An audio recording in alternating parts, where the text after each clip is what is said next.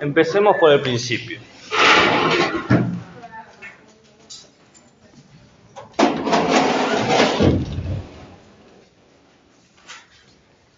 ¿Qué días no va a haber clase presencial? ¿El 10? ¿Qué día cae el 10? ¿10? No sé, Miércoles. Hay un cronograma que yo envié. En el cronograma aparecen en gris 2 días, 2 clases. Ahora, vas el lunes 15 de septiembre, no hay clase presencial.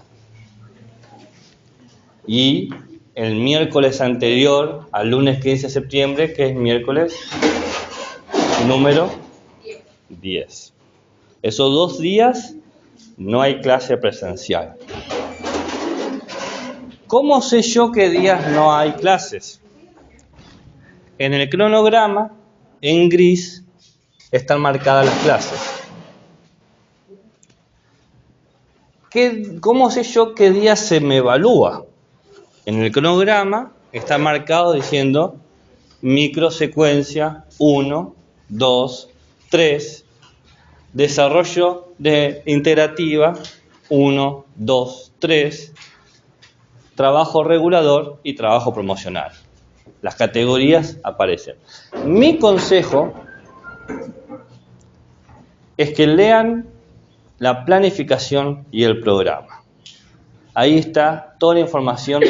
Las preguntas de nivel 1 que tengan sobre la metodología y la dinámica de clase están respondidas ahí. Las preguntas del nivel 2, bueno, quizás pueden ser oralmente. Entonces, lean el programa. Ok. Dicho eso, necesito una... ¿cómo se dice cuando alguien se propone? Una voluntaria. ¿Quién se hace voluntario para ser mi asistente de esta clase? ¿Por hoy? Por hoy sí, dije esta clase. ¿De qué año es? Y primero tiene que aceptarse voluntario y después. No es nada terrible, va a ser algo muy sencillo. Bueno, a ver, ya. ¿Usted? Sí. ¿Tiene un reloj con alarma? Sí. Bueno, ponga una alarma en 45 minutos, por favor. La clase depende que suene a los 45 minutos.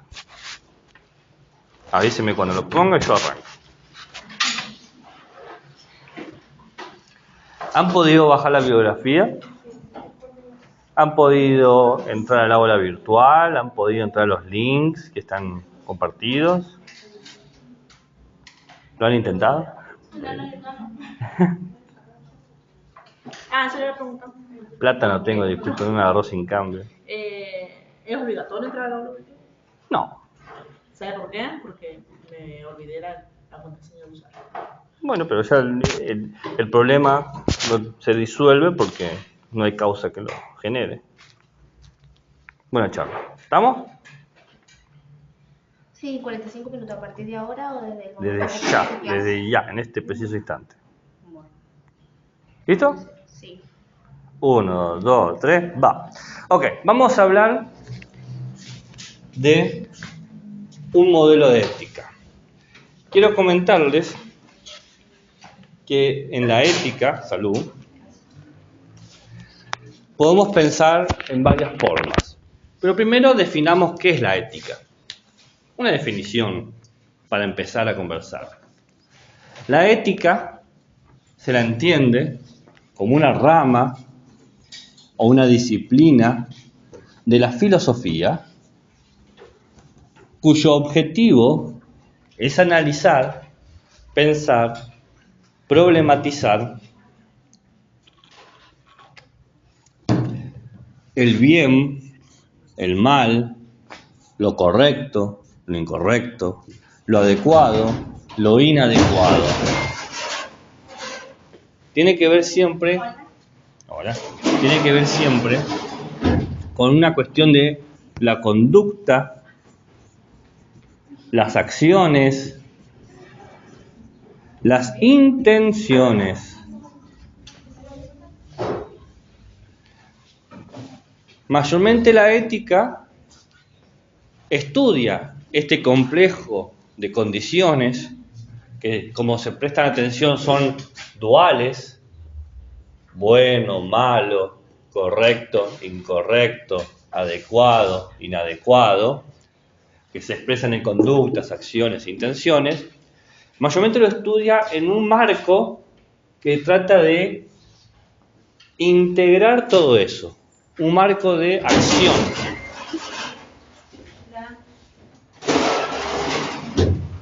Voy a traer WD-40. Un marco de acción llamado moral, que estudia, de cierta manera, si yo hago una cuestión simplista, la ética estudia la moral de las personas. Ahora, yo puedo decir, de cierta manera, que la ética tiene como objeto de estudio a la moral, pero también puedo decir que ética y moral son lo mismo, lo cual es un problema. Porque que A estudie B muestra una diferencia. Pero si yo digo A es igual a B, nos genera una identidad. En la primera versión que le acabo de decir, la ética es la ciencia y la moral el objeto de estudio. Así como la física es la ciencia y el movimiento es el objeto de estudio. Pero nadie diría que la física es movimiento. Entonces tenemos como un problema ahí.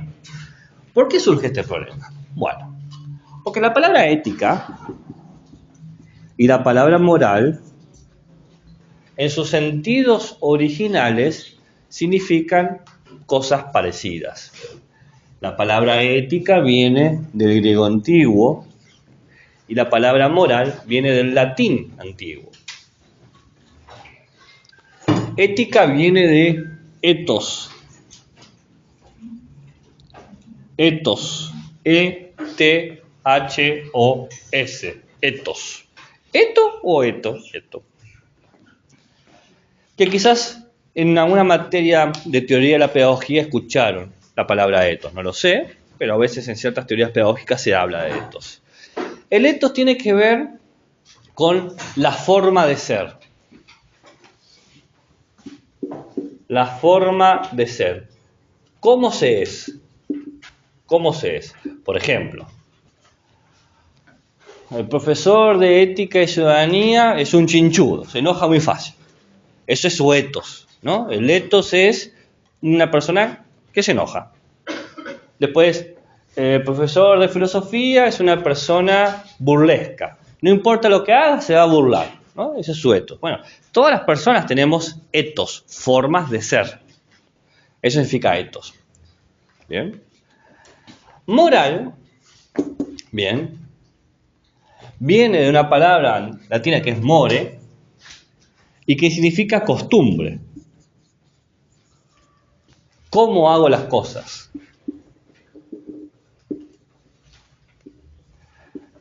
¿Cómo hago las cosas? Por ejemplo, Gabriel, qué sé yo, es muy puntual. Siempre hace las cosas en el horario que dice que las va a hacer. O Gabriel es muy impuntual. Nunca hace las cosas en el horario que va a hacer. Ahora, si nos ponemos a pensar, la manera en cómo hago las cosas parece depender en cómo soy, en mi forma de ser. Hago las cosas de manera impuntual porque soy impuntual. Esa es la musiquita cada vez que digo lo mismo.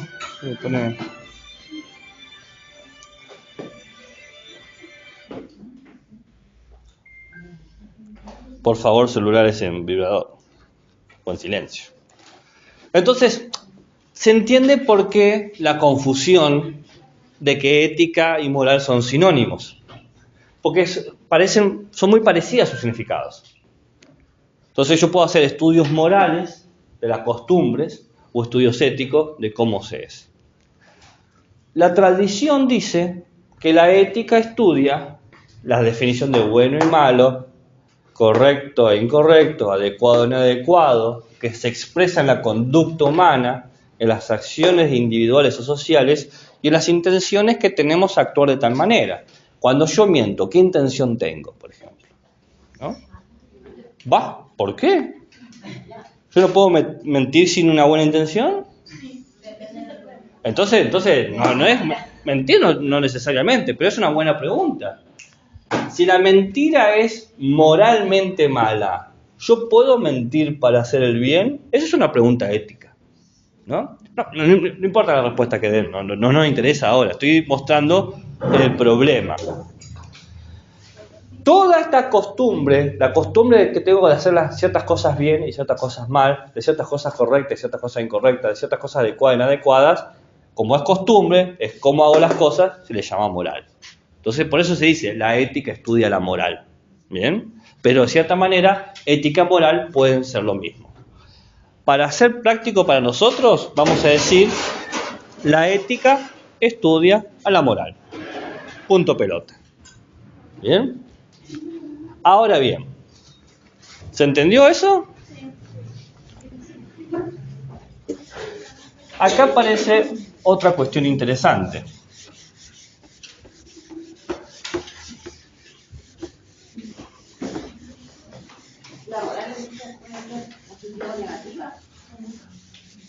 ¿Cómo sería una moral negativa y una moral positiva para usted? No sé, porque yo lo que quiero es saber qué significa lo inmoral. Porque si lo es inmoral, entonces sería algo positivo. ¿Y qué sería inmoral para usted? Hacer algo que no está bien con la sociedad. O que no forma parte de un grupo social. Ok. De la definición que yo di de moral, ¿aparece esa acepción que usted me está dando? Dice que es una costumbre. Claro. ¿Una costumbre de qué? Por eso digo, depende si es. Quiero saber si es algo positivo. No, sí, entiendo lo que dice, pero la invito a reflexionar. Sí. La moral, como yo la definí, como presenté la definición, es una costumbre, pero no es simplemente una costumbre, porque tomar mate es una costumbre y puede no ser algo moral. Es un tipo de costumbre que tiene, yo le di 3 características específicas. ¿Cuáles serían esas 3 características? Claro, ¿cuáles serían? Le pueden responder todo, no tiene que estar ya sola respondiendo. No, son 3.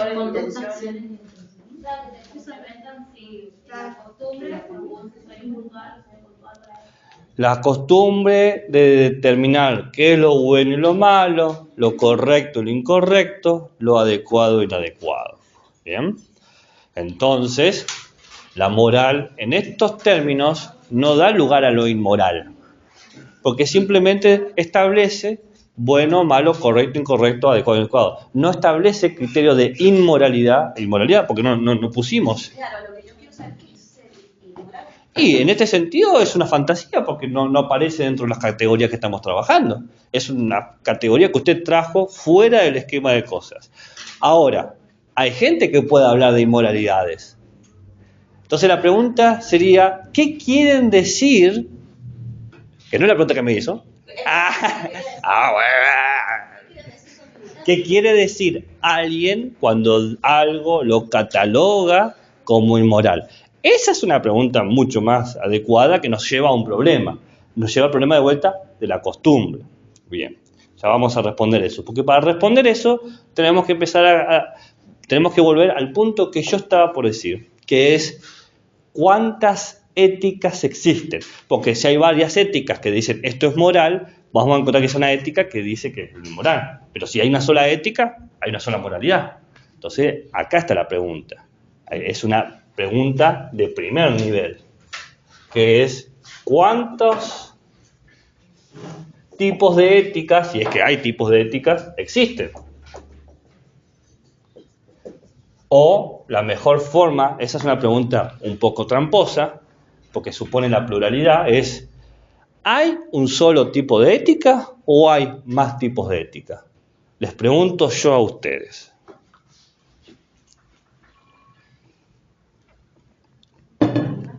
Para ustedes, ¿hay una sola forma de hacer el bien? ¿Y todas las formas buenas son como subsidiarias de estas? ¿O hay muchas formas de hacer el bien? ¿O hay una sola forma de hacer el mal y todas las formas son subsidiarias de esa sola forma de hacer el mal? ¿O hay muchas formas de hacer el mal que pueden contradecirse entre sí? Porque en realidad no hay algo que diga que es políticamente correcto o no. Quizás yo lo que vea, o sea, mis acciones, para mí están bien. No sé si para el otro está mal, pero, por ejemplo, no sé, por decirlo, Robin Hood era una persona que le robaba a los ricos para dárselo a los pobres. Okay. Y bueno, él hizo bien, haciendo cosas que realmente estaban mal para alguna parte de la sociedad. Su ejemplo puede ser adecuado, pero tiene un problema en la premisa. ¿Cuál es el problema de la premisa? Que usted trajo una categoría que yo no estoy usando. ¿Cuál es? ¿La pueden ayudar? No sé si que la da solo. No. Lo ético. No. Usó una palabra que yo en la clase no usé todavía. Políticamente. Yo no hablé de política en ningún momento. La política puede tener implicaciones morales o éticas, pero todavía no llegamos a eso. Depende de qué política. Yo digo política en el sentido de hablar. Bueno, pero usted trajo una esfera de problemas que todavía no estamos en disponibilidad de trabajarlo. ¿Por qué? Pero está bien la problemática, no está mal la problemática. Lo que está mal es introducir categorías que no estamos usando. Es como si yo digo, bueno, ¿y lo cuántico cuándo entra en esto? Digo, pero no estamos hablando de cuántico. Sí, bueno, pero yo quiero saber si la física cuántica es buena o mala, ¿no? Entonces digo, ok, puedo hacer esa pregunta, pero todavía no hemos resuelto una serie de cuestiones para poder responder eso. Por eso yo vuelvo a la pregunta base. Lo mío es muy básico. Con esa base vamos a poder resolver más cosas. Por ejemplo, lo que me está preguntando usted sobre la doble moralidad en Robin Hood. Para hablar... Perdón, No. con respecto a lo que usted quiso, por lo que yo entiendo, está el bien y el mal y ahí las demás son subsidiarias a eso. Ok, entonces ahí tenemos una respuesta. Hay una sola ética. La compañera se posicionó. ¿Alguien cree con la compañera lo mismo o piensa que hay muchas éticas? Sospecho que por lo que está diciendo usted cree que hay varios tipos de ética. No sé, la verdad que... Y al relativizar políticamente las cuestiones, o contextualmente, o por costumbres, estamos abiertos a asumir que hay distintas formas de interpretar lo bueno y lo malo. Entonces, eso es asumir que hay más de un tipo de ética. La compañera se puso del lado de Juana de usted, que está bien, es válido. La pregunta es muy clara. ¿Hay una sola forma de hacer el bien y todas las formas de hacer el bien son subsidiarias? ¿O hay muchas formas de hacer el bien, inclusive formas contradictorias de hacer el bien? Piensen lo siguiente. Yo no me digan lo que creen, pero asumo que muchas de ustedes son creyentes, creen en Dios o la figura del Dios cristiano apostólico romano. La gente creyente cree que hay una sola forma de hacer el bien, porque hay un solo Dios, y ese solo Dios establece un solo sentido de lo bueno. Si hubiese dos Dios, bueno, dos sentidos de lo bueno, tres Dios, tres sentidos de lo bueno, pero Dios es uno, ¿no? Es numéricamente uno. Entonces, mucha gente religiosa, o sea, creyente en las religiones monoteístas, cristianismo, judaísmo, islamismo, creen que hay una sola forma de hacer el bien y por lo tanto una sola forma de hacer el mal. Y todas las formas distintas de bien y mal son subsidiarias de eso. En cambio, la gente que es atea o agnóstica, como no tiene hipotecada su ética a un Dios, dice, bueno, hay tantas formas de hacer el bien y el mal como vidas existen. Tu vida define lo que está bien y está mal, ¿no? Entonces, ahí tenemos otra postura distinta. ¿Entienden lo que quiero decir? Esto nos lleva a un problema muy interesante, que no podemos enumerar la cantidad de éticas que hay. Porque hay gente que va a decir que hay una sola, hay gente que va a decir que existen infinitas, o por lo menos tantas como personas hay. Si un problema no lo podemos catalogar, no lo podemos estudiar. Y la ética tiene que estudiar el problema, entonces tiene que catalogarlo. ¿Cómo hace la ética para catalogar el problema del bien y del mal, de lo correcto y lo incorrecto, lo adecuado y lo inadecuado? Respuesta. Partimos de la pregunta de ¿quién tiene el problema ético? Ya no me importa si hay muchas ideas de bien o de mal. La pregunta es, ¿quién tiene ese problema? ¿Quién se pregunta si está bien robar? ¿Quién se pregunta si está mal mentir? Esa va a ser la manera de clasificar. Según quién se pregunte lo bueno o lo malo,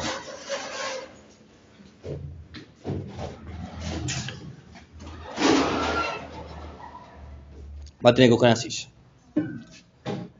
Hay una silla ahí, buenísimo. Lo correcto y lo incorrecto, lo adecuado y lo inadecuado, vamos a poder clasificar las éticas.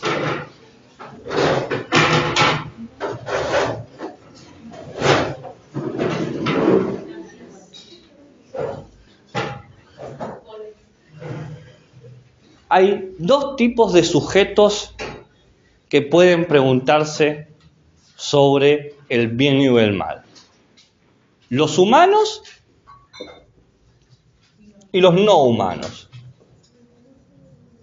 Hay éticas humanistas que dicen la pregunta del bien es un problema humano.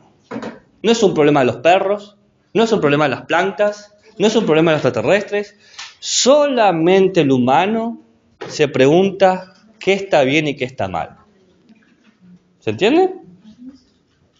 Y hay otra perspectiva que es decir, el humano se pregunta, pero hay otros seres que también les importa el problema de lo bueno y lo malo.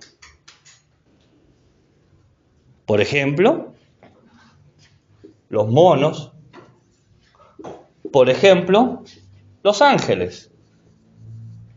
Cualquiera que crea en Dios y los ángeles tiene que aceptar que hay seres capaces de discernir el bien y el mal que no son humanos, porque son los ángeles. Cualquiera que cree en los fantasmas, en los demonios, cree que la ética no es exclusivamente humana.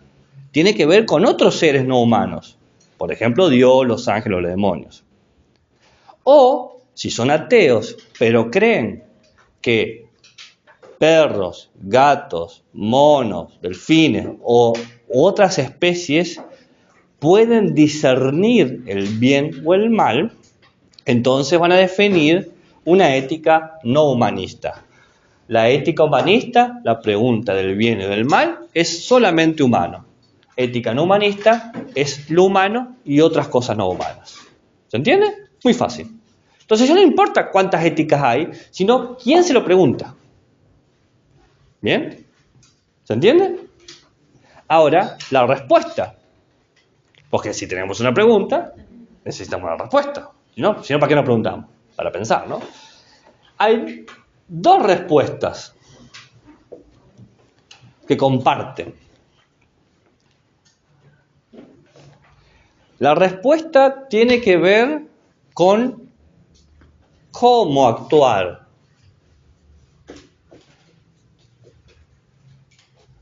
Volvamos. Vamos a la ética humanista. El humano se encuentra en una situación y se pregunta ¿qué está bien y qué está mal? Ejemplo. Digamos que yo hace 10 años que estoy con Cacho. Cacho y yo, pareja establecida. Pero me está mandando mensajitos, Raúl, dice, qué bonito que estás, Gaby, la verdad que te vi en el gimnasio y me dieron ganas de levantar pesas. No, es todo un juego ahí erótico sobre mis leggings, ¿no? Y me siento tentado. Digo, de repente el buffet es más grande de lo que yo pensaba, hay más ruta donde Gabriel pueda correr, pero por ahora son mensajes, nada concreto. Hasta uno puede decir simple coquetería. Abro el apetito afuera, pero como en casa. Ponele. Pero en un momento Raúl da un paso decisivo. Y me dice, Gabriel, hoy a las 21 te espero en... ¿Dónde me puede esperar? En un motel. No sé, el motel Los Tres Chanchitos. Qué sé yo, no sé. Y de repente es una propuesta más seria. Entonces yo me pregunto, ¿qué está bien o qué está mal? ¿Está bien irme con Raúl ser infiel con Cacho, que hace 10 años que estamos juntos, una pareja establecida. Cacho nunca me hizo nada malo, está todo bien con Cacho. Pero Raúl mide 1,98, es un vikingo, un ojo celeste, ¿viste? Un papurro. Entonces, me motiva a mí estar con eso, ¿no? Hay una erótica ahí operando. O está mal, ¿cómo voy a ser infiel? Yo digo, bueno, pecado que el corazón no ve, ¿qué culpa va a sentir? ¿No? Y a eso es una pregunta ética, ¿no? Una pregunta ética. ¿Qué debo hacer? ¿Debo ser infiel o no? ¿No? Y pues, uno es lo que hace. Y esa pregunta es la pregunta del deber. ¿Qué debo hacer? Bajo estas circunstancias, ¿qué debo hacer? ¿Cómo debo actuar? ¿Cuál es mi deber? ¿A qué estoy obligado?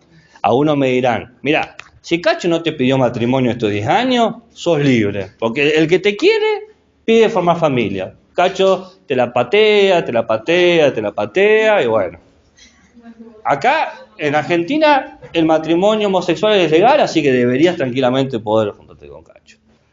No le estoy pidiendo consejo a ustedes, estoy en una situación hipotética, les digo. Antes que me digan, sí, este Cacho, tiene problema en casa, profe. Entonces dicen, bueno, ya, busca otra cosa, no funcionó. O lo contrario, dicen, no, che, esperá, Cacho estuvo en las buenas y en las malas. Cuando te enfermaste, ¿quién estuvo ahí? Cuando estuviste mal por el trabajo, ¿quién estuvo ahí? O sea, le mereces cierta lealtad a Cacho. El cómo debe ser, cómo debo actuar, es una pregunta profundamente ética. Es la pregunta ética. La pregunta ética. Y cómo respondemos a esa pregunta da lugar a dos formas de ética, dos maneras de pensar. Las dos maneras son hedonista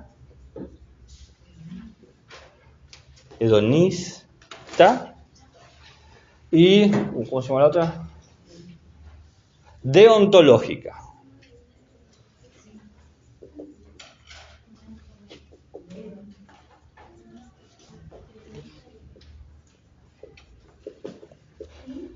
Hedonista, Hedonista, hedonista, y deontológica. La respuesta hedonista es: debemos hacer lo que nos cause mayor placer. Es la ética del placer. Elegimos lo que aumenta el placer. ¿Cuál es esa? La hedonista, de Edos, que es el semidios del placer, ¿no? Entonces, ¿qué te da más placer? ¿Estar con Cacho o con Raúl? Entonces voy a decir, y me daría más placer estar con Raúl. No, ya dije, un vikingo, un papurro. Entonces, la ética hedonista me va a decir que haga eso. O quizás me da más placer sentirme seguro. Y con Cacho tengo seguridad. Entonces la ética va a decir, bueno, entonces quédate con Cacho. ¿Se entiende? El placer, lo que te da más placer. Nada más ni nada menos. Deontológica. En cambio, la ética deontológica te va a decir que hay una sola forma de actuar. Hay una obligación. Vos estás obligado por algo. Hay algo que te obliga a actuar. ¿Qué te obliga? Y puede ser muchas cosas, qué sé yo. Los mandamientos, si crees en Dios, ¿no? O si crees en la familia, quizás la familia. O si crees en tu libertad, la libertad. Distintas personas tienen sentidos de la obligación distintos. ¿Bien? Entonces, si yo tengo, por ejemplo, si mi principio de obligación es la familia, bueno, no, me quedo con Cacho, que es mi familia. Pero si mi sentido de obligación es la libertad y la experiencia, bueno, me voy con Raúl. Yo actúo de acuerdo a lo que me obliga. Dos éticas distintas, la del placer y la de la obligación o del deber. ¿Y si me quiero quedar con los dos? ¿Y por qué se quiere quedar con los dos? Bueno, pero yo... El placer y la obligación. ¿Y cómo sería eso, tío? Dígamelo.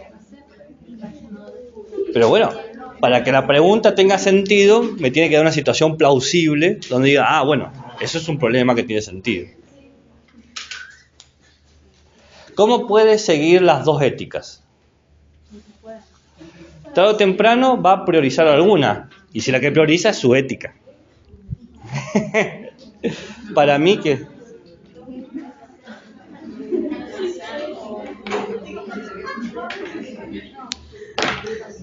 Bien. Entonces, volvamos a Robin Hood. Ahora tenemos herramientas para responder su pregunta, me parece, ¿no? Piénselo bien, ¿no hay para responderlo? A ver, prestemos atención al caso que nos habla la compañera. Robin Hood roba a los más ricos para darle a los más pobres. ¿Qué ética estaría siguiendo Robin Hood? ¿Hedonista? ¿Qué placer tiene él en robar? ¿Qué gana en placer él?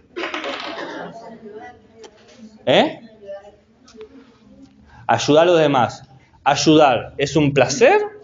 Entonces ahí sería como dice la compañera, puede ser, ¿no? ¿Cómo? A ver. Y porque si es deontológica, que hay una sola forma de actuar, en este caso actúa para poder ayudar al pobre. Todos conocemos el mito de Robin Hood. La libertad hace que... ¿Robin Hood roba porque es libre? Y él es libre, si él lo No pregunté si es libre. Si roba, ¿por qué es libre? Él es alto y por eso roba, no importa lo que es, importa los motivos que tiene para hacer lo que hace. Entonces, él es libre, él es verde, él es inglés, no interesa. Entonces, ¿por qué roba? ¿Roba porque es libre? ¿Por qué roba él? ¿Qué dice el mito de Robin Hood? ¿Por qué roba Robin Hood? Porque quiere justicia. ¿Qué tipo de justicia quiere? ¿Qué tipo de justicia quiere? No. ¿Qué tipo de justicia? No es social. Un tipo de justicia específica. Lo dijimos hace un ratito. ¿Qué es lo que quiere hacer? Su justicia es muy sencilla. Sí, pero ¿en qué consiste? Materialmente. Va a casa de pobre, le dice qué bajón ser vos y lo abraza. Le trae asistencia social para ver cómo puede escolarizar No, roba dinero a los ricos y se lo da a los pobres. No sabemos qué tan social es eso, porque no es que Robin Hood hace un seguimiento de cómo se invierte esa plata y se ayuda a la chacra. No, él no sabe eso. Él le roba plata a un rico y se lo da a un pobre. Si el pobre sabe gastar esa plata o si el pobre se vuelve adicto al crack con eso, no lo sabe Robin Hood. Entonces no podemos decir es social, porque no sabemos qué conciencia social tiene. Sí sabemos que le roba a los que más tienen para darle a los que menos tienen. ¿Qué tipo de idea de justicia es esa? Una idea de igualdad, que todos tengan más o menos lo mismo. ¿Eso es placer o es deber? Es deber. Robin Hood, ¿es hedonista o deontológico? Deontológico, se resuelve la pregunta, ¿no? Porque él puede sentir placer al golpearle al tonto príncipe y que cae con el ojo morado y le saca las monedas y llora porque se quedó sin plata. Puede sentir placer, pero no lo motiva ese placer. Porque se podría quedar la plata a él. No, él lo motiva a otra cosa. Entonces, no es que uno puede decir, estoy en las dos éticas. No, finalmente siempre está en una. Siempre estamos en un lugar.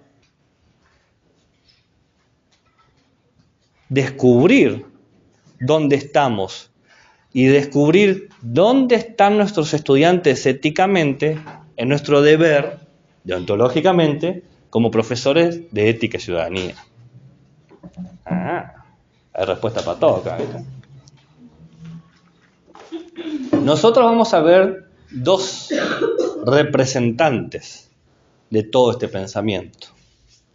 Vamos a ver a Fernando Savater con una ética humanista y hedonista. Y vamos a ver representantes de la ética animal que son deontológicos. ¿Bien?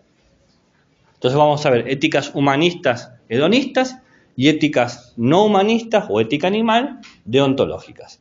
Del placer y del deber. Esta clase vamos a ver hedonista humanista.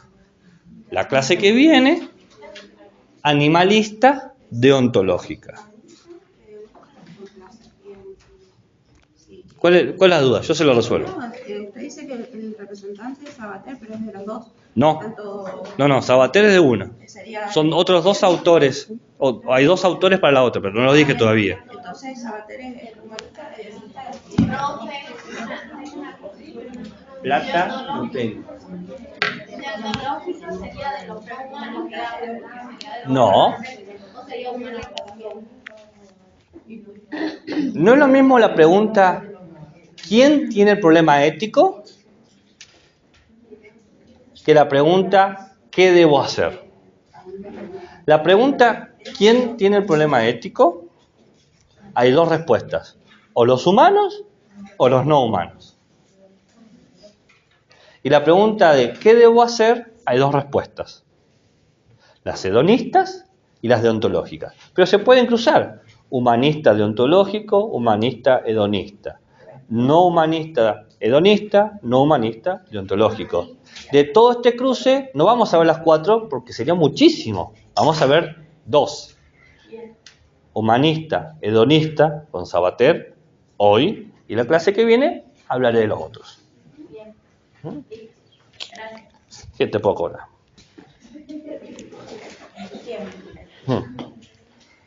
Bien. Ahora, usted tiene la alarma, ¿no? Sí, Bien. No me diga cuánto falta. Simplemente cuando sea el momento, yo le iba a decir. pare y grita así, ¡ale que! Y con... No sé qué alarma va a tocar, digo, mira. Cheque. Bien. Dice Sabater, está vivo Sabater, es un filósofo que está vivo, en su libro Ética para Amador, que se llama así porque Amador es su hijo. Entonces es un libro dedicado a su hijo, porque su hijo le preguntó, él es un filósofo, le pregunta el hijo a su papá filósofo, papi, ¿qué es la ética? Y para responderle le escribe este libro. Entonces es un libro de introducción, lo cual es muy fácil, muy práctico, porque nosotros nos estamos introduciendo la ética. Entonces está escrito para ustedes, que están introduciéndose la ética. Entonces dice Sabater que la vida se determina por cómo actuamos. Nosotros actuamos de múltiples maneras, pero siempre estamos actuando. ¿Cómo actuamos? Bueno, podemos actuar siguiendo órdenes, podemos actuar por la costumbre, podemos actuar por capricho, podemos actuar por necesidad. Por orden, actuamos cuando nos dicen que tenemos que actuar de cierta manera. Vas caminando por la calle, lo más canchera, pim, y el policía te dice, alto ahí. ¿Y qué haces? ¿Salís corriendo? No, parás. Es una orden. No te está preguntando, ¿tiene ganas de parar? No, pare ahí. O, estoy en la casa de mi mamá, tengo 7 años, y empiezo a comer galletas, y me dice, deja de comer galletas, Gabriel.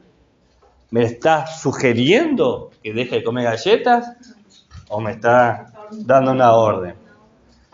Y más entiendo la orden cuando levanta la chancleta y hay un subtexto ahí. Si yo no dejo de comer galleta, me da un chancletazo, ¿no? A veces actuamos por órdenes. Para aprobar esta materia, ¿ustedes eligieron el sistema de evaluación? No. Entonces van a actuar por la orden que yo he dado. La orden no tiene que ser explícitamente te estoy dando una orden, pero el mandato es claro. No se negocia. No hay punto de inflexión. No hay acuerdo, no hay consenso. O lo seguís o no lo seguís. Muchas acciones nuestras son por órdenes. Yo no elegí este horario de clase, tampoco elegí esta aula. Entonces a mí también me ordenaron. Vos lo das acá, flaco, manejate. No me gusta, hace mucho calor, no corre el aire, hay mucha tierra. Bancátela. Vos quedás a clase, es así. ¿No? Otras veces actuamos por costumbre. Siempre lo hicimos así. Hay una historia muy conocida de que la hija está viendo cómo la mamá está haciendo un budín en una budinera. Entonces pone la masa en la budinera, la masa sobresale y corta a la madre los extremos de la masa que sobresale. Entonces la hija le pregunta: mamá, ¿por qué no plegaste los sobrantes hacia adentro en vez de cortarlo? La mamá dice: no sé, mi mamá lo hacía siempre así. Bueno, ¿por qué no le preguntamos a tu mamá? Porque quizás en algún momento se van a preguntarle a la abuela de la nena, a la madre de la madre. Dice: ¿por qué vos siempre cortabas y no plegabas? Dice: no sé, mi mamá siempre lo hacía así. Esta es una familia que es numerosa y la bisabuela está viva. Entonces van a preguntarle a la bisabuela, ¿no? Esperando un argumento de por qué la masa de budín, la receta de la familia, siempre cortaban los extremos en vez de plegarlo. Quizás una cuestión de cómo se cocinaba, el tiempo, empezaron a especular. Y la bisabuela decía: siempre me quedaba muy larga que tenía que cortar. Entonces, la respuesta es simplemente una costumbre. Se hizo por años así, pero no había ninguna justificación. Muchas cosas las hacemos porque estamos acostumbradas a hacerlo. No es mala la costumbre. La costumbre te da economía mental. No tenés que pensarlo. No te pones a pensar cómo hacer un mate. Lo haces por costumbre. No te pones a pensar cómo cagar. Cagás por costumbre. O sea, hay muchas cosas que lo hacemos por un simple hábito, que está bien. Porque si te detuvieses a pensar en cada cosa que haces, nunca avanzarías. Pero la verdad es que en algún momento lo empezaste a hacer. En algún momento no era costumbre, después se hizo costumbre. Después están las acciones por capricho. ¿Cuánto te queda en la cuenta? 10.000 pesos. Ah, me pide un lomo y se va todo a la hostia. Total, mañana Dios proveerá. ¿Estás seguro? Porque no sé si vamos a tener comida para mañana. Tengo unas ganas de lomo hoy, así que hoy vamos con el lomo. Y uno a veces por capricho toma ese tipo de decisiones. Hoy salimos de joda con Cacho. Salimos con... ¿Estás seguro? Porque la espalda no te da para tanto. No, hoy salimos a bailar, vamos, nos damos la pera. Y vos sabés que no te da el cuero para tanto, pero uno está todo el tiempo así, y al otro día necesita un basal, un levanta muerto, no hay forma, ¿no? Los caprichos hacen eso. Y después están las necesidades. Por ejemplo, me meo. Me estoy meando, tengo que parar, porque las necesidades tienen que ver con lo fisiológico. Pero aún así, al mearme o al tener hambre, puedo gestionar. Puedo decir, bueno, voy a comer ahora, hago pis en un árbol, o voy a hacer un baño, no sé, lo que sea. Lo que dice Sabater es que todas estas acciones tienen detrás algo en común. Que yo elijo qué hacer. En estas costumbres y caprichos parece obvio. En la necesidad parece no tan obvio. Yo no elijo tener hambre. Bueno, pero elegís qué hacer con el hambre, ¿no? Yo elijo cómo resolver mis necesidades fisiológicas. Y uno diría, bueno, pero ok, en las órdenes, por algo es una orden. Vos estás en una situación obligada. Pero dice Sabater, vos elegís qué hacer, si seguir o no seguir esa orden. Quizá la seguís por miedo a las consecuencias. La policía te dice pare, podés elegir correr. Las consecuencias puede que no te gusten, pero podés elegir correr. Puedo elegir dar la clase ahí en el patio. Quizá las consecuencias no me gusten, pero lo puedo hacer. ¿Se entiende? Pueden que no quieran hacer los trabajos prácticos que les pido, porque dicen, no me gusta esta forma de evaluar, no me gusta. Pueden elegir no hacerlo. Las consecuencias puede que no les guste. Entonces, finalmente, lo que está detrás de todo esto, dice Sabater, es la libertad. Haga lo que yo haga, soy libre. Dice Sabater, recuperando a un filósofo francés, estoy condenado a ser libre. De lo único que no puedo escapar es de mi libertad. Haga lo que haga, está vinculado a mi libertad. Elijo seguir, no elijo seguir. Elijo pensar, no elijo pensar. Elijo estudiar, no elijo estudiar. Haga lo que haga, se conecte conmigo de cualquier manera, está vinculado a un acto de libertad. Eligen estudiar, eligen tomar apuntes, eligen mirar en el celular, eligen charlar, eligen hacer ruido, eligen llegar tarde, eligen irse temprano, eligen participar. Todo está en su elección. Lo que da un peso de responsabilidad interesante. Como por ejemplo, es muy grande creo, cuando dicen, tal persona lo llevó por mal camino. No, él decidió ir por ahí. Bueno, Nadie lo obligó a dentro de esta perspectiva, sí. Hay otras éticas que van a decir otra cosa. Sí. Pero dentro de esta perspectiva, claramente. Ir por mal camino. Decidió ir por Claro. ahí, nadie lo obligó. Exacto. Dentro de esta perspectiva, por supuesto, sí, sí. ¿Por qué aclaro dentro de esta perspectiva? Porque luego vivimos que hay otras éticas que van a interpretar las cosas de otra manera. La próxima clase vamos a ver esa otra ética. Hoy vamos a ver esta cuestión de que sos libre. Voy a hacer un asterisco. Digamos que tengo una pared de corcho y pongo un pinche para trabajar después. No lo voy a trabajar ahora, pero voy a poner un ejemplo del problema de esta ética, que no lo voy a tratar, pero para que vean que si bien parece que es muy fácil estar de acuerdo con esto, hay problemas con esto. Porque si yo soy siempre libre, y por lo tanto soy siempre responsable de lo que me pasa, quizás algunas tragedias que me pasen, soy responsable. Y eso ya es problemático. Me choca un borracho y me deja cuadripléjico y es culpa mía. Porque, y bueno, vos elegiste caminar. Si no hubiese elegido caminar, y de repente la libertad ahí se complica. ¿Se dan cuenta? Salgo caminando y me violan en un callejón. Ah, pues tu culpa. ¿No? De repente, estas éticas tienen sus límites. Que ya en la próxima clase vamos a ver ese problema. ¿Se entiende? Entonces, esto queda en la pared de corcho. Lo dejamos ahí y lo vemos más adelante. Ahora vamos a ver las cosas positivas de esta ética. Todas las éticas solucionan problemas y abren nuevos problemas. Ninguna tiene la respuesta total. Si existiese una ética que tuviese todas las respuestas, todos haríamos esa ética. Pero no es así.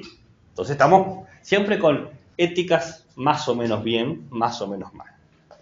Entonces, siguiendo con esta idea, eres libre. Libre de todo lo que vos quieras. Lo bueno de ser usted, ¿qué es? Es que es ser libre. ¿No? Entonces elige. Entonces dice Sabater, ok, tengo que elegir. ¿Y qué tengo que elegir? Respuesta, la buena vida. Elegí vivir bien. Elegí vivir bien. Respuesta de Twitter, es una respuesta. ¿Y qué carajo significa vivir bien? Claro. ¿Alguien sabe lo que significa vivir bien?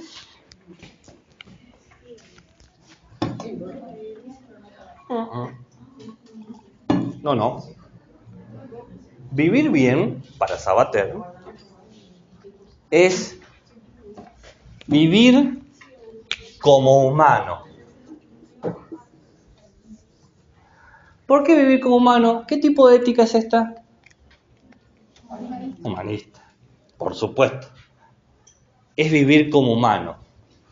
Ser reconocido como humano por otros humanos.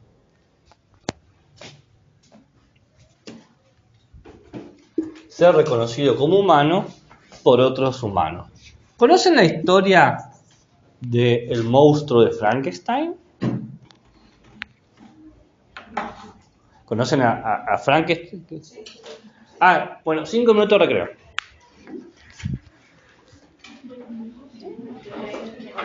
Ok.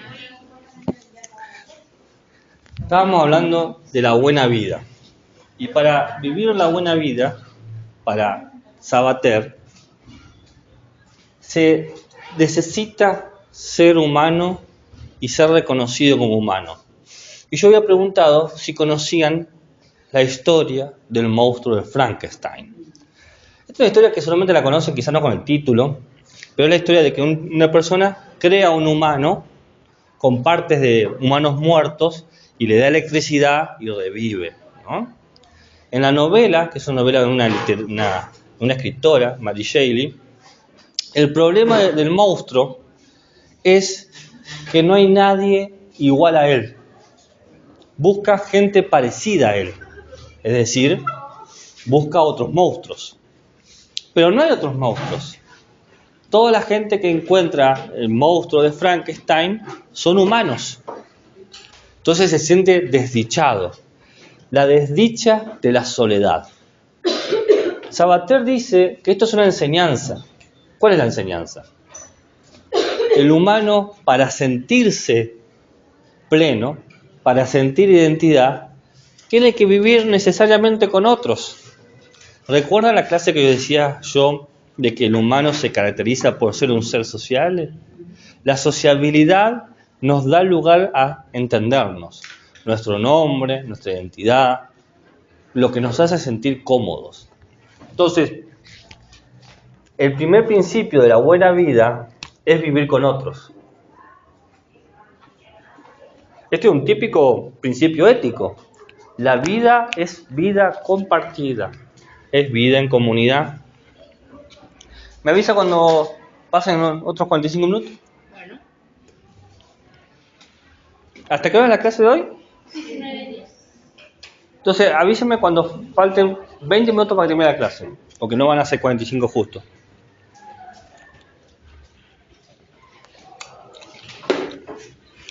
Ahora, para poder vivir la buena vida, necesitamos ser conscientes de algo. Necesitamos tomar conciencia. ¿Conciencia de qué? De lo que nos hace humanos. ¿Y qué es lo que nos hace humanos? ¿Qué hace que todos los humanos, más allá del credo, la cultura, el tiempo histórico, nos reconozcamos como iguales? ¿Qué compartimos todos los humanos en todos los momentos, en todos los lugares? Hay algo que compartimos que nos hace únicos como especie. ¿Qué? No. ¿El cuerpo humano? No. Nuestro cuerpo humano tiene un 98% de común con el chimpancé, así que... No. Los otros animales se comunican, otros animales piensan. Hay algo que nos hace de cierta manera únicos, pero nos hermana y nos hace mostrar que somos nosotros, unos con otros y con nadie más. Es un tipo de conciencia. Les dije, no es ni saber, ni cuerpo, algo que sabemos. ¿Somos seres racionales? No. Hay muchas formas de ser racional. Entonces, y muchos seres son racionales en distintos grados. ¿Ser racional es poder resolver un problema matemático? ¿Para usted? ¿No? No, hay distintas formas. Bueno, entonces, ¿El pensamiento? no. No es la toma de decisión. No. No sé. La mortalidad. Los humanos somos, hasta donde sabemos, la única especie consciente de que va a morir. Todas las demás especies mueren, pero nosotros tenemos conciencia de la muerte. Nos damos cuenta de que somos seres mortales. Nos damos cuenta, y esto es lo más loco, de que vivimos en un horizonte de muerte. ¿Qué quiere decir horizonte de muerte? Bueno, el horizonte ya saben, es lo que está allá a la distancia, ¿no? El horizonte es el límite. Y un horizonte de muerte tiene la característica de todo o cualquier cosa que yo haga supone la muerte. Yo levanto esta lapicera y puede ser la última vez que yo levante algo. Puede que dé este paso y puede ser el último paso. Yo digo estas palabras y pueden ser las últimas palabras ¿Qué digo? No fue, esta vez no fue. Todo lo que hacemos presupone la posibilidad de la finitud, de morir. Y somos conscientes de eso. Que no lo pensemos todo el tiempo, porque nos da angustia, porque nos agota, porque nos da miedo, es una cosa. Pero todos somos conscientes de que vamos a morir. Y no solamente voy a morir yo, sino que va a morir mi ser querido. No solamente voy a morir yo, sino que va a morir mi ser odiado. Todos vamos a morir y todos saben que van a morir. Dice Sabater, despierta baby, vamos a morir. Y como vamos a morir, tenemos un número limitado de acciones. Haz que cada acción cuente. Por supuesto. Si yo soy en sociedad, debería tratar, dice Sabater, de actuar de tal manera que potencie esa sociabilidad. Porque mientras más solo estoy, más miserable me siento. ¿Esta es una ética del deber o del placer? No. El placer, sí. Entonces, todo lo que nos motiva a actuar en Sabater va a ser por el placer. Si estar solo me hace miserable, voy a tener que buscar formas de actuar que me vinculen con el otro para no ser miserable. ¿Entienden? Y si tengo un número limitado de acciones, debería pensar bien qué hacer para poder potenciar mis vínculos con los otros. No sea que mi última acción me deje solo y muera solo, como el monstruo de Frankenstein, que muere solo, porque nadie hablaba su idioma, nadie sentía lo que era ser un monstruo. Hay una pregunta que se hace el filósofo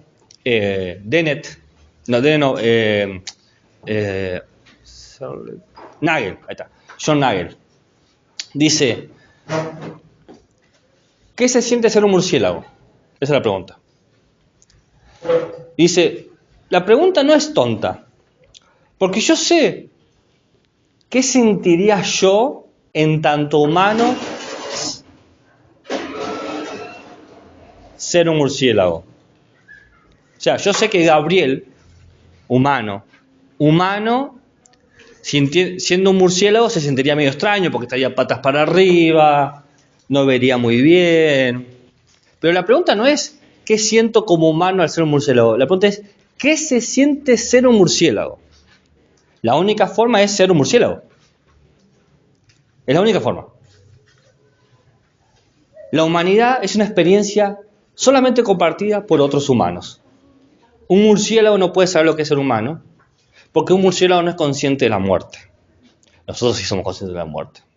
Y somos conscientes de que cada acción que tenemos es parte de una barra de acciones limitadas que tenemos. El problema es que no sabemos cuántas son. No te dicen tenés 1.000.000 de acciones. Pero tenemos que hacer que cada acción cuente.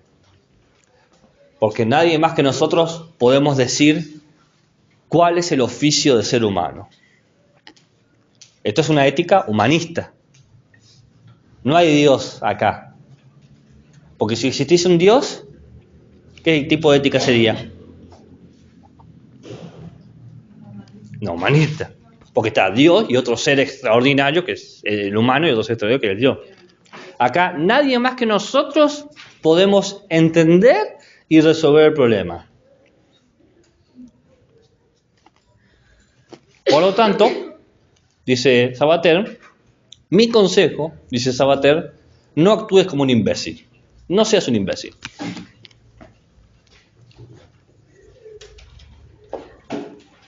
Usa la palabra imbécil, literal, no estoy...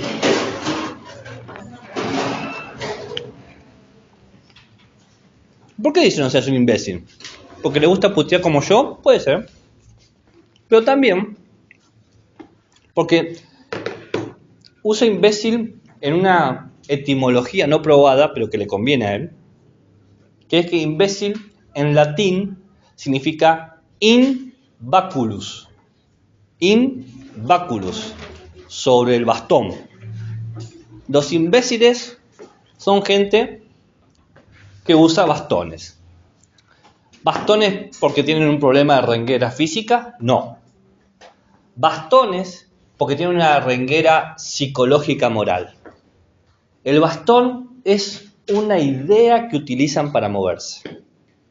Por ejemplo, la idea de que son perfectos.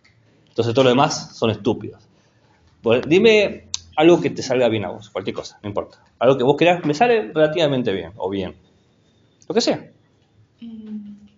Hacer resúmenes. Hacer resúmenes. Yo hago mejores resúmenes que vos. Mis resúmenes los vendo en el mercado. Sí. ¿Y qué diría de esa persona? Que es un imbécil. ¿Qué importa? Si, o sea, me interesa, ¿no? Un imbécil puede tener ese tipo. Otra forma. Dígame de vuelta, ¿qué haces? Decime otra cosa de vuelta de lo que haces bien. ¿Qué haces bien vos?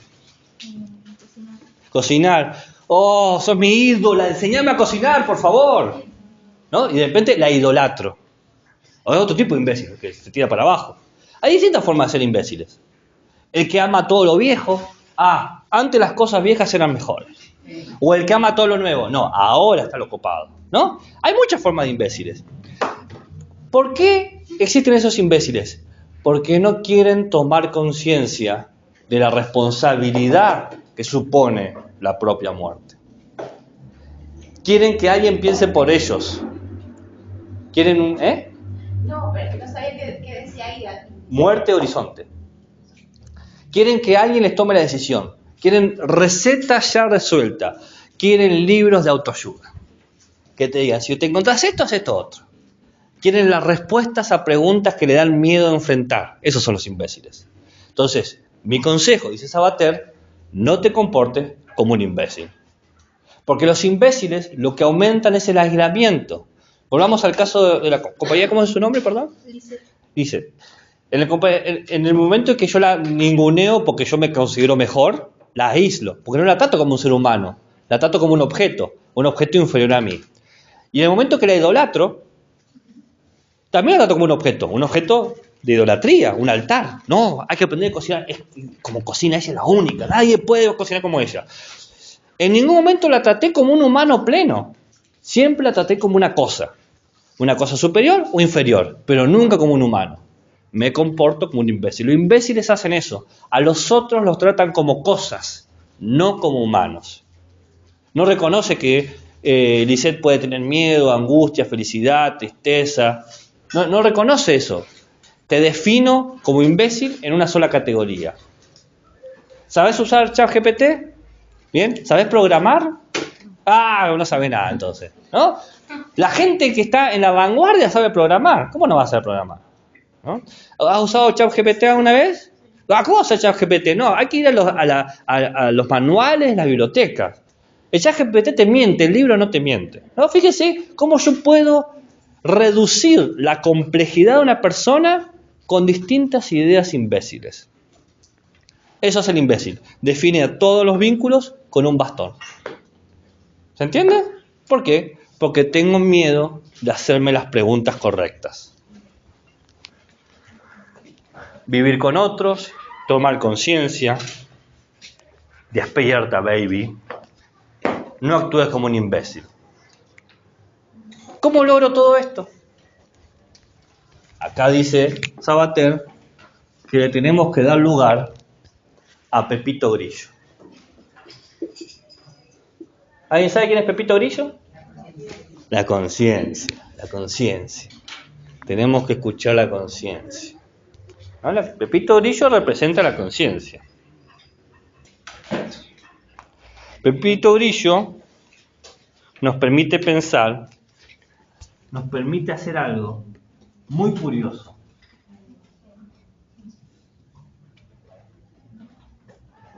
Que es ponernos en el lugar del otro.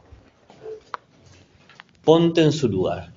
Gracias a la conciencia puedo pensar cómo sería estar ahí. Claro. ¿Cómo me sentiría si Lisette me hace lo mismo a mí. ¿Está lista para Yo le digo algo en que soy bueno y usted me tiene que ningunear, ¿no? Claro. Yo le digo, ¿sabe, Lisette?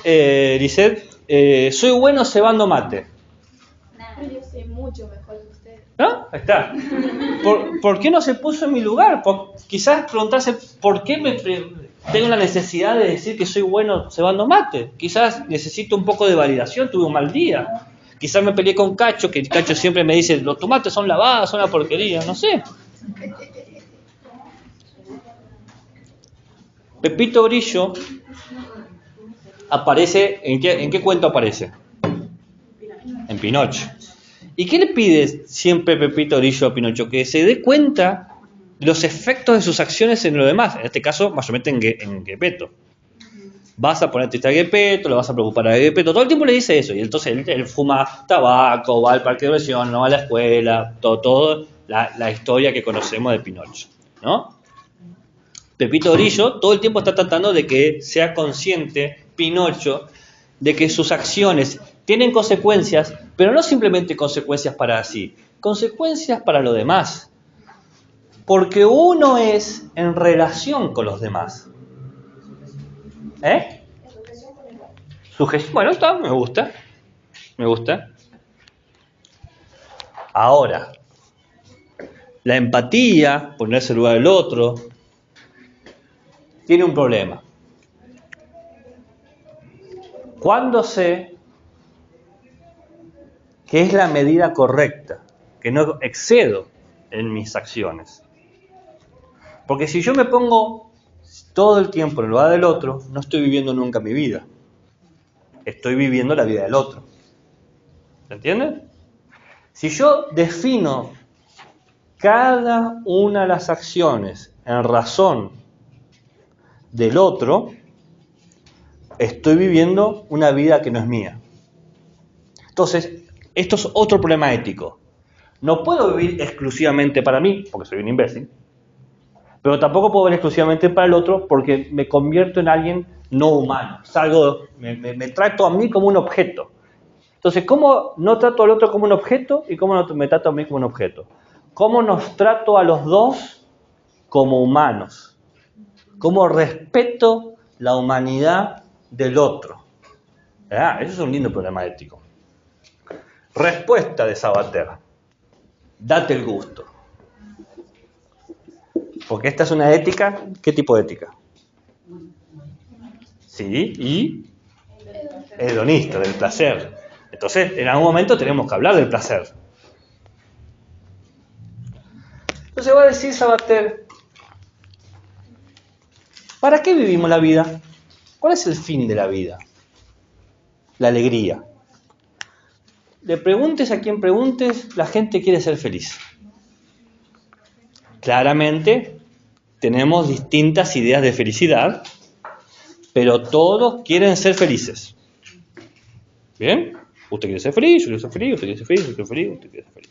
Todos queremos ser felices. La alegría es cómo nos posicionamos en el mundo. La alegría es mi proyecto de vida.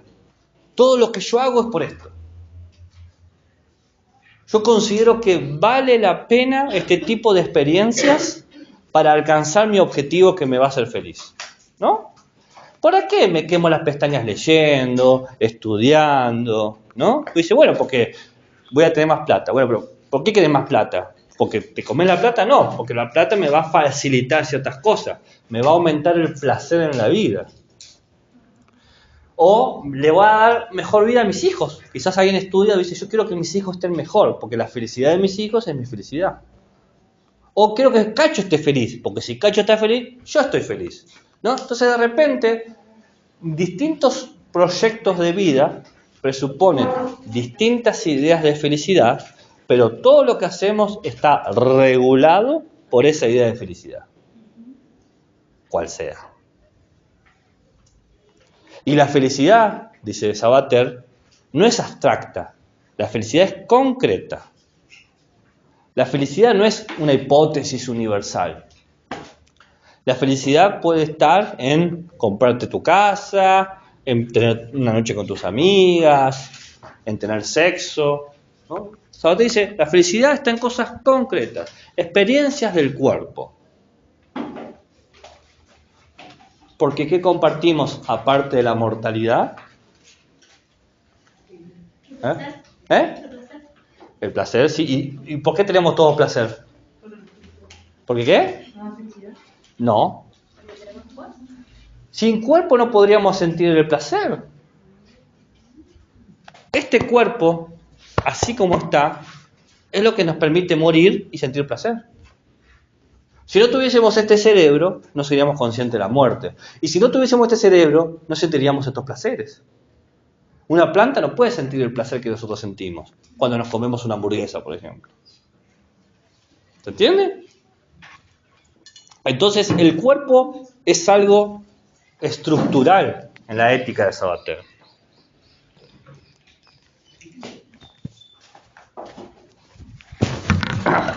Pregunta, que parece un poco subida de tono, pero no sé mal pensado, que es, ¿cuánto placer me puedo dar, te dije que no sea mal pensado, sin terminar dañándome? Porque sucede lo siguiente, dice Sabater, hay placeres, si yo los aplico continuamente, me pueden generar un displacer, un dolor. Pongamos por caso. Me gusta comer gomitas ácidas. ¿Cómo vamos con el tiempo? Se había olvidado. 10. De los 20 que faltaba. ¿Para qué se propuso el... No, o sea, la menos 10. Claro, me quedan 10 minutos. Sí, A ver, ¿qué? ¿No? ¿Qué estaba diciendo? Las Las gomitas. Digamos que me gusta comer gomitas ácidas. Me como un paquete que vienen como 10. Me da placer. Me como 7 kilos. Probablemente me dé displacer. Y probablemente no pueda disfrutarlas más, me empacho con eso. Entonces, dice Sabater, hagamos las cosas que no tienen placer, pero entendamos que nuestro cuerpo tiene medidas. Límites, porque todo cuerpo está limitado. Que el límite no es algo negativo.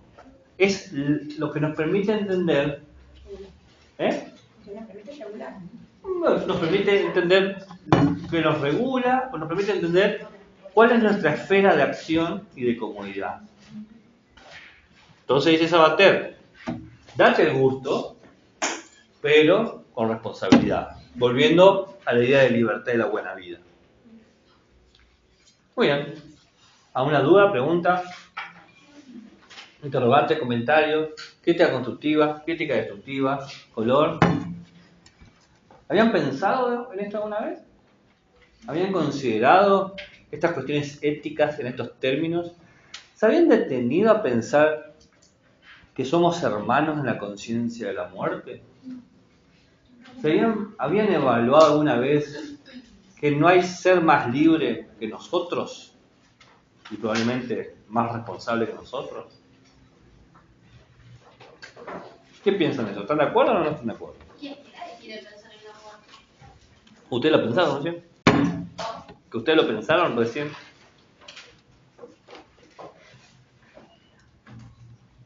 Claro, lo pensando, no por elección, digamos. Bueno. A eso va. Estoy en desacuerdo. Yo creo que en algún momento de nuestra vida algo pasa que somos conscientes de la muerte. Mayormente entre los 10 y 13 años. No, soy una persona que todo el tiempo piensa que no me quiero morir. Está bien. Ahora, pero en un momento, cuando éramos muy niños, muy infantes, quizás no pensábamos en la muerte. Pero en un momento algo pasó o simplemente nos dimos cuenta que nuestros padres no iban a estar más. Dijo, ¿cómo que no va a estar más? Y ¡pum! Eso genera una cascada de conciencia. Y en ese momento empezamos a ser responsables de lo que actuamos. Y nada más terrible que eso. ¿Saben por qué es terrible? Porque no solamente nos damos cuenta de que somos responsables de aquí para adelante, sino que fuimos responsables de aquí para atrás. Cuando inclusive tomamos acciones sin ser conscientes. Somos conscientes de la muerte cuando ya iniciamos todo un proyecto de vida. Ya tomamos decisiones. Ya hay arrepentimientos. Ya hay momentos donde tratamos al otro de forma imbécil. Y ahora, cuando sos consciente de la mano que te tocó, la partida va por la mitad. Y quiero barajar y dar de nuevo, ¿no? No se da. Esto es una que te toca. Y eso es un problema ético. Porque la pregunta, ¿qué debo hacer ahora con esta información? ¿Cómo actuar de manera responsable? ¿Cómo ser justo con los otros y conmigo mismo? ¿Cómo pedir que sean justos conmigo? Pedimos que nos respeten. Es muy común. Quiero que me respeten. Pero ¿sabemos qué tipo de respeto queremos? Es difícil saber qué tipo de respeto exigimos. Uno dice, respeto es respeto. ¿Y qué es respeto? Yo te puedo hablar con cordialidad y una sonrisa y robarte toda la plata, como muchos bancos hacen. O sea, el tiempo sería un poco más valorado. O Sí. el tiempo que compartimos. Sí, por ejemplo, ahora me pasó que cuando me subí al colectivo, se subió una persona mayor, pero muy mayor. Le gritaste, No, ¡vieja! y me llamó la atención que se tomó el tiempo para mirar a la cara del chofer, saludarlo, tranquilo, y se sentó con la paciencia más. Y vos te tomaste el tiempo de verlo. Yo soy automática. Ahora, capaz que ni saludo, capaz que me siento. ¿Cómo valora el tipo la vida? Bueno, decidió tratar al conductor como un humano. Ahora está más consciente de la muerte. A eso que voy. Puede ser. No, la edad no siempre te da más conciencia de muerte. Pero el señor era muy mayor. En algunos sí y en algunos no. Yo he trabajado con gente muy mayor que no piensa ningún minuto en la muerte. En algunos sí y en algunos no. Pero sí podemos señalar que en tu ejemplo sí trató como un humano el chofer y vos lo trataste como un medio. Claro, sí, a veces, yo sí, de saludo, pero digo es automático, casi a veces uno por la idiotez, qué sé yo, no sé, cosas que te pasan. La invisibilidad, dice Sabater, ¿no? Uno se apoya, Me comporté como un imbécil. se apoya en ideas, tengo que llegar, lo único que estoy pensando es qué tengo que hacer para llegar. Todo lo demás son obstáculos y medios para llegar.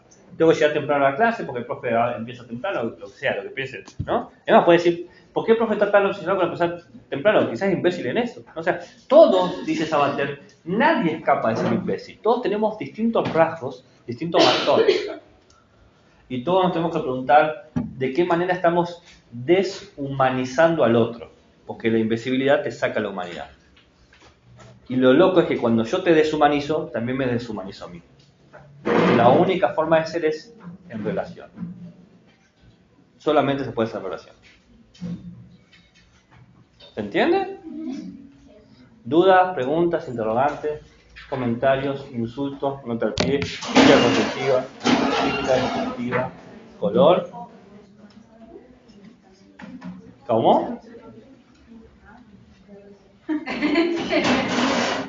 Puede ocupar la clase, no hay problema. Bueno, yo les dije una cosa al principio del cuatrimestre.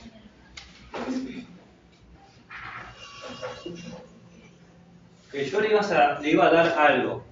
20 minutos de cómo enseñar la vida. Exactamente.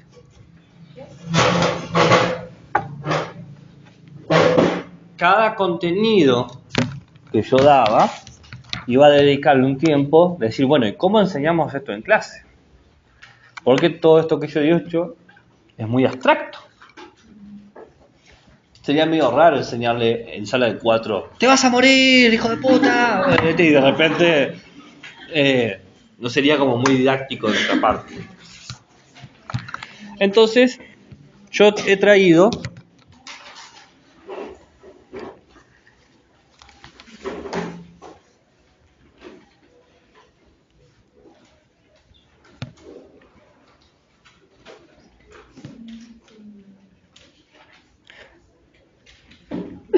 algunos ejemplos de ética humanista hedonista. Traigo 3 ejemplos. Uno para jardín maternal, uno para tránsito maternal infantil y otro para infantil. Ahora empiezan los 20 minutos. Por eso traje la silla y me senté. Son 3 ejemplos sencillos, pero nos van a permitir de cierta manera ver que lo que yo estuve desarrollando tiene una capacidad de ser transferido. Ahora, nosotros en inicial no nos ocupamos con relación de ética y ciudadanía a trabajar directamente con conceptos, sino trabajamos con experiencias, situaciones, intuiciones, que después, más adelante, van a ser conceptualizadas. Hacemos experiencias lúdicas que luego decimos, bueno, este juego lo podemos englobar en estas categorías. Entonces, la pregunta que nos tenemos que hacer para todos estos elementos que hemos hablado es, ¿qué experiencias representan esto que hemos hablado? ¿Se entiende? ¿Qué tipo de actividades podemos hacer para poder mostrar el vínculo con otros, ser consciente, ver los límites, no maltratar a los demás, ponerse en el lugar de los otros, hacer las cosas según nuestro gusto? Todas esas preguntas tienen respuestas prácticas. Estoy seguro que en la medida que lo acabo de hacer, se pudieron hasta inclusive imaginar cómo se puede hacer. Yo voy a dar mis 3 ejemplos y vemos si a ustedes se les ocurre alguno más y nos queda tiempito. ¿Les parece? Buenísimo. La primera actividad la titulé para maternal, ternura.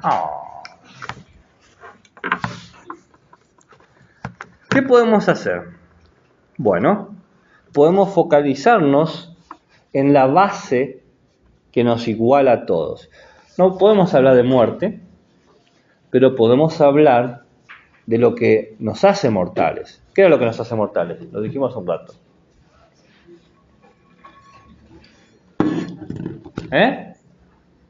¿Qué nos hace mortales? Lo dijimos hace un ratito. Lo que nos hace conscientes también. No. ¿Qué? El cuerpo. Podemos focalizarnos en identificar el cuerpo. Típicas actividades dentro del nivel inicial son canciones que hablan sobre el cuerpo. A ver, está el estereotipo de qué linda manito que tengo yo, ¿no? Pero, bueno, hay muchas canciones. Últimamente, como estoy paternando, estoy descubriendo más y más canciones del mundo. Y Canticuentos tiene unas canciones que son justamente de las manos, los hombros, la panza, la cara, los pies. Creo que se llama como ¿qué ves? Algo así, ¿no? ¿Qué ves? ¿Qué ves? Y entonces está diciendo ¿qué ves? ¿Qué ves? Las manos, las manos, las manos. ¿Qué ves? ¿Qué ves? Los pies, ¿no? Entonces va haciendo así. Todo eso, ¿qué muestra? Muestra que el otro tiene un cuerpo. Pero en esas canciones tenemos que hacer doble referencia. ¿Cómo será doble referencia? Referencia al cuerpo del infante y referencia a qué cuerpo. Al del otro, el mío o el del compañero. Vos tenés manos, yo tengo manos. Vos tenés pies, yo tengo pies. Vos, ¿no? A veces con espejos, a veces con personas. ¿Qué marcamos ahí? La igualdad de la corporalidad. Mismos cuerpos, mismas posibilidades. Nada más. Todos los cuerpos pueden hacer, o todas las manitos que nos encontramos pueden hacer este movimiento. Esa experiencia lúdica, a través de la música, ya marca un tipo de conciencia que después se puede desarrollar. Pero necesitamos la experiencia base. Y encima son cosas que se hacen en el jardín infantil. No estoy trayendo nada novedoso. Pero ahora lo vemos desde otra dimensión. Bien. Como para un punto intermedio entre maternal e infantil, dependiendo de qué tan avanzado sea un estudiante, ¿no? Que la llamé tratos con los otros. Que acá estamos hablando de, para ser humano, tengo que ser tratado y tratar al otro como humano, ¿no? Entonces, pues podemos presentar distintas imágenes con distintas acciones. Columpiarse, empujar, comer, compartir, patear a alguien. Y entre esas acciones decimos, bueno, ¿en qué acciones se trata bien a alguien y en qué acciones se trata mal? Empujar a alguien mal, patear a alguien mal, compartir bien, ¿no? Y eso ya habla de eso. ¿Por qué? Inclusive puedo preguntar, ¿por qué está mal patear a alguien? Y uno puede decir por el dolor. Bueno, el dolor tiene que ver con el placer y tiene que ver con la ética hedonista que estamos hablando. ¿Se entiende?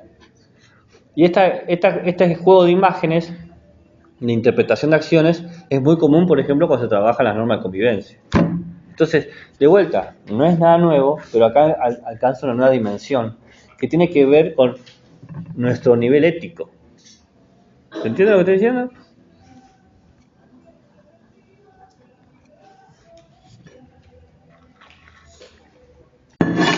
Y después, ya para infantil, quizás sala de 5, me lo imagino yo, pero bueno, ahí se va viendo.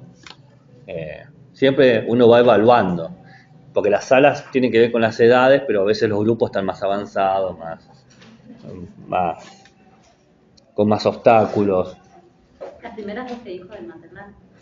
La primera fue maternal, la segunda como me la imagino un punto medio. Un maternal avanzado o un infantil con algunos obstáculos. Y la tercera me lo imagino más para infantil. Pero bueno, ustedes lo usan como quieran.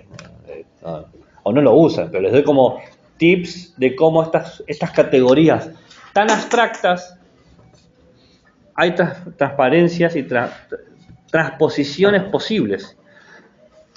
¿Cómo esto que sirva como norma para toda ética y ciudadanía? Si yo puedo diseñar una pregunta de acción, voy a poder hacer la transposición didáctica.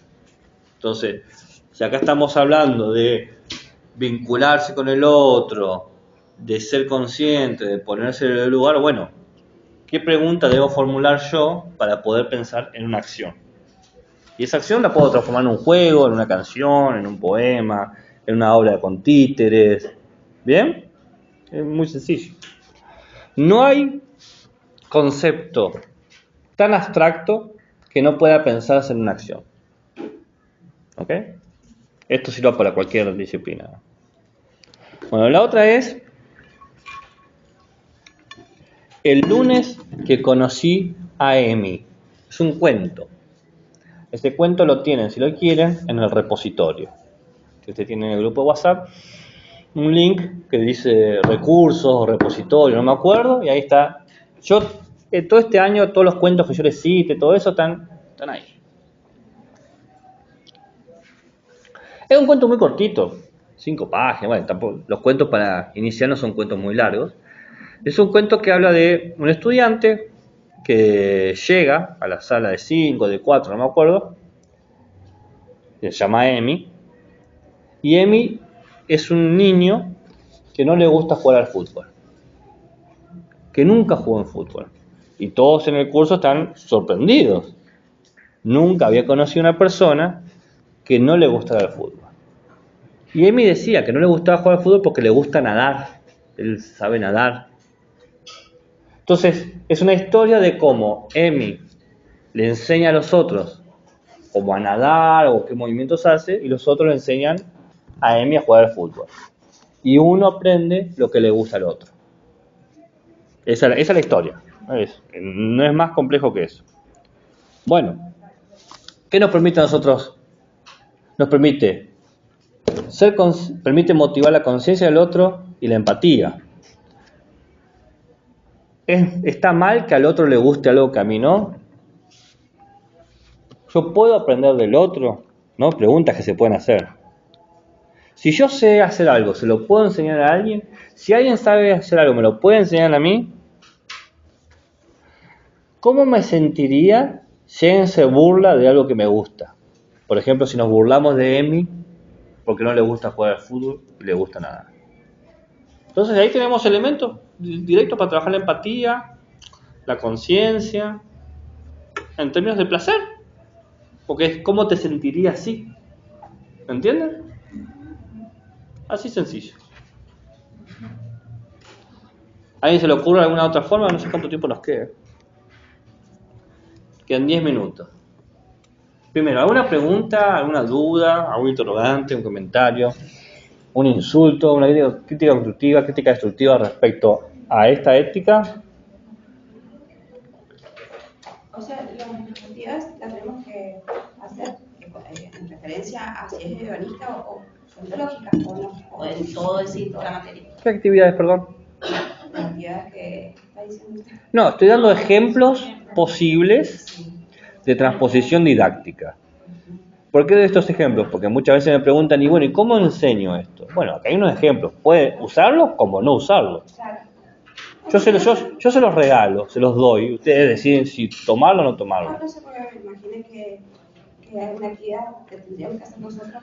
Más adelante hay una actividad, pero no es esa, es diseñar una microsecuencia. Se pueden inspirar en estas actividades, como no están obligados, lo más mínimo.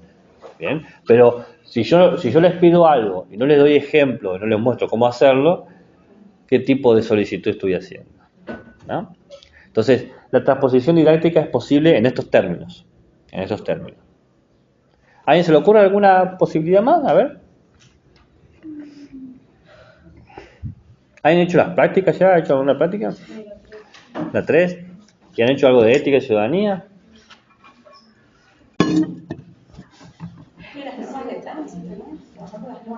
¿Y cómo vincularían la norma de tránsito con este tema que hemos visto? Una actividad que se refiere a respetar las normas y la convivencia. Bien, la convivencia me gusta más. Por ejemplo, ¿se le ocurre alguna forma? No, Podría ser, por ejemplo, el concepto de estacionamiento. Cada uno tiene su estacionamiento, cada uno tiene su lugar. Como cada uno tiene su banco. Parar y seguir. Entonces yo no me puedo poner sobre tu banco. O no puedo salir antes que vos si vos tenés el paso primero. Eso es ponerse en el lugar del otro. No, decía estacionamiento yo. Nosotros trabajamos las emociones, estábamos hablando ahí justo. Que sí se puede ver como algo de la ética, esto de cómo me siento. Bien. Hablar otro cómo me siento yo, cómo se siente él y Claro. interpretar que otra persona se puede sentir igual que vos. Lo que está bien o mal, entre comillas, por ejemplo, una de las emociones que trabajamos fue el enojo. Y uno puede estar enojado, está bien sentirse enojado, pero siempre respetando al otro. Por ejemplo, Claro. yo lo trabajé de esa manera, sin lastimar al compañero, sin pegarle, sin tirarle los pelos. ¿Qué hago cuando algo me molesta? Las diferentes formas de actuar, que no lastime al otro, sino que ¿De qué manera pueda... lo podríamos sacar? Claro. Lastimar al otro genera dolor. ¿Me sentiría cómodo en un mundo con dolor? ¿No? Si todos lastimáramos al otro porque nos molesta, ¿sería un mundo en el que se puede vivir? ¿No? Entonces son preguntas que están vinculadas con esto. Es como si todos mintiéramos, ¿podríamos confiar en el otro? Es como que siempre creo que trabajamos un poco de ética en algo. Sí, siempre, sí. La ética es transversal. Directamente. Pero hacerlo explícito es labor, claro, es labor del profesor de ética y ciudadanía. Muy bien. ¿Alguien tiene algo más o quieren terminar aquí? Están cansados, día largo. Bueno, terminamos. No pasa nada.